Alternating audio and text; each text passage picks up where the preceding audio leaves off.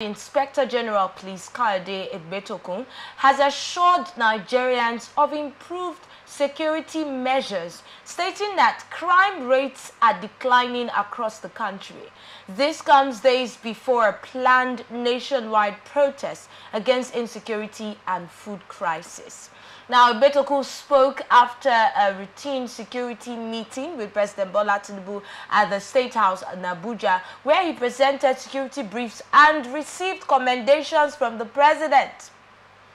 He further disclosed that President Tinubu charged the various security formations to improve their synergy in securing the country. The police chief attributed the decline in crime rates to effective synergy and strategies implemented by security agencies. And he vowed to sustain efforts maintain the downward trend in crime rates in Nigeria. I would like to look at the very first paragraph of that story now that, was talking about security, the state of security in Nigeria, and what exactly it is now. They also mentioned the protest that some Nigerians are looking at getting into. I don't know if you are aware, but the talks have been everywhere on social media. And Nigerians, once they are ready for something, they go for it, especially as long as protest is concerned now, right? So talks have been on concerning that, and now the security operatives are saying that, come on, this is it. We are going to make sure that on our part, security is not a problem in Nigeria, and that would definitely not be a reason for people to go out there and protest. Your thoughts on the security operatives' actions, the moves, the insecurities we have been having recorded? What he's saying is not looking like what the media is saying to us. What are your thoughts concerning that? I would say that the security agencies are doing their best. They're trying. Would you say they are doing their best, or you say they are trying? I would say they are doing their best to some extent. Because your best is different from taking steps towards the direction. They are doing their best to some extent. But the truth of the matter is more still need to be done. That means their best because is not the enough. approach they are using, they need to look at other approach or other steps they can take. One, when we are talking about security, there's no country in the world that does not have security challenges. We just saw what happened in the United States of America some few days ago. With all the security apparatus and machinery and intelligence they had, a 20-year-old almost took the life of one of the most powerful men in the world. The question the security authorities should be asking is, these measures that we're putting in place, how do we reevaluate, how do we look at the root causes, right?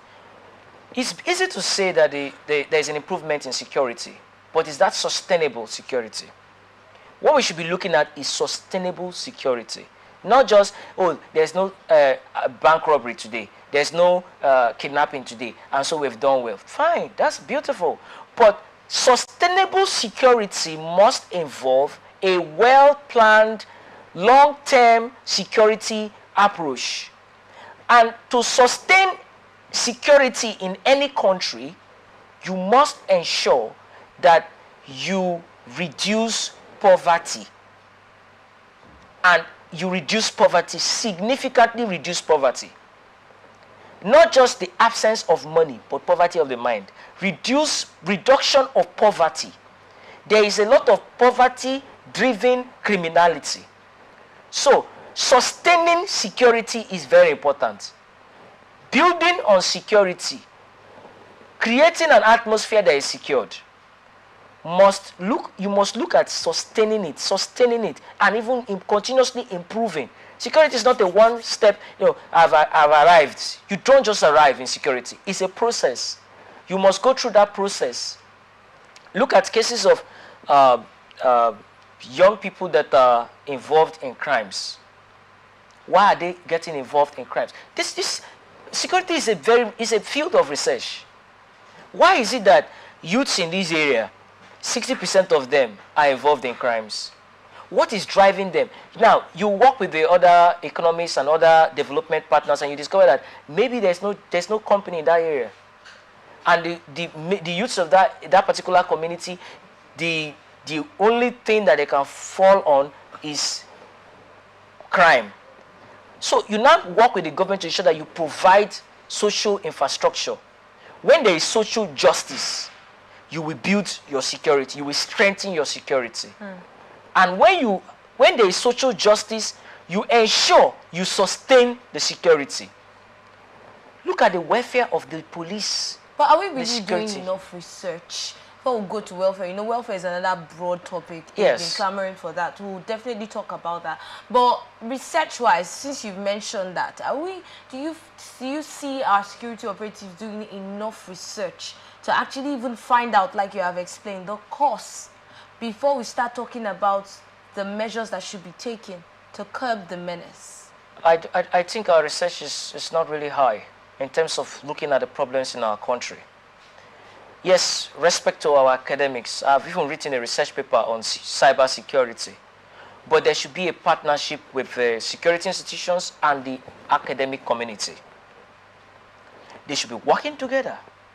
The governments, the academic community, the security institutions, it's tripartite, tripod stand. They should be working together. Now let me give you a practical example. Let's look at this one chance kidnapping and all that is going on. Now when you look at a particular area that you have mapped out, that this is becoming notorious in this area, the security institutions and the academic, they can do a research and study the trends and the flow. What is really leading these people into this watch? What are the measures they are taking, and what is driving them to it? How do they recruit? You see people, husband and wife, they are partners in the one chance criminality. What will lead a husband and his wife? Now, imagine what happens with the children in such a scenario. Check their history. Have they worked in some institutions, in some organizations? What reports do they have about them? And now that they are into this one chance, what kind of business have they been doing before? You know, by the time you begin to do research on these issues, you cannot completely get the data.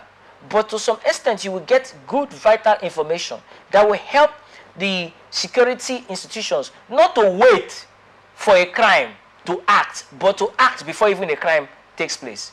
You don't wait until somebody is kidnapped. You now begin to check, you know, in the motor park, did they have meeting points where they gather? Do they have places where they... Now, do they even have these equipments that they need for these researches that they need to make? Well, I can't, to be honest, I don't really know if they have it. From their statements, you find out that security operatives keep complaining about, in fact, not just security operatives now, a lot of parastatals and sectors and agencies in the country. They keep complaining. You see equipment, especially for research in the educational sector now.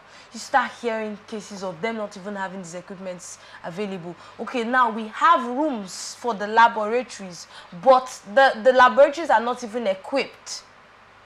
So this are we even really ready for the development that we are asking for? Now, that brings an important question. How many cyber security labs do we have in Nigeria for our security institutions? Are we even ready to fund these cyber security labs in the first place? Then you look at the policemen. How many of our policemen are IT compliant? How many of them are IT compliant? How many of them can, you know, understand the basic tech, that have basic tech skills? If they are being trained, don't you think they'll be able to do that? Why I'm asking this question is because I want to bring out the solutions. We need to train our policemen, our military personnel on tech. They need to be equipped with technology. The warfare is not just shoot and shoot and shoot. Look at what is happening. We have a global security breach with just a computer malfunction or something, ICT problem, and many aviation companies are cancelling their flights. So, security problems or global security challenges has gone big. So, part of the solutions is that we need to train our security officials or agents on tech. They need to understand the basic tech, they need to have basic tech skills, and they need to be ICT compliant. They need to know that. So if we bring in technology into our security, it will help a lot. If you go through some areas, there's no CCTV cameras. Most of our roads, they don't have CCTV cameras that are functioning. I remember traveling. Areas that you're supposed to be CCTV cameras are not there. Okay, I remember these interstate security measures that were put in place. If you're traveling from Port Harcourt to Bayelsa, the east-west road, you will see that there is a security checkpoint, and they used to have this CCTV camera. Go and see the facilities there. In the post state, is it maintained? Is it functioning? You will see that some of the things are all worn out. No maintenance.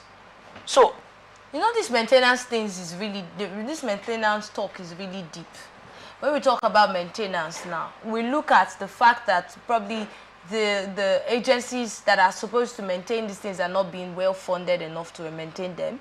We also look at the individuals who were put in charge of maintaining these things as not doing their jobs.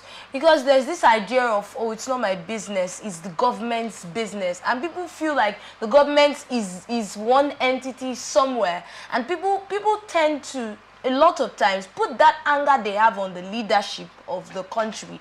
They put it on the government's infrastructure and equipment and all of those things. And they don't do what they are actually employed to do. So when we talk about maintenance of some of our infrastructures and parastatals, we're looking at the leadership. We're also looking at the people not even playing their own role in that aspect. It's a collective responsibility. It's a collective effort. The security of any nation is a collective responsibility of the citizens and the government in ensuring that the country is secured. If I am secured and you are secured, we are all secured. The insecurity of one is a threat to others.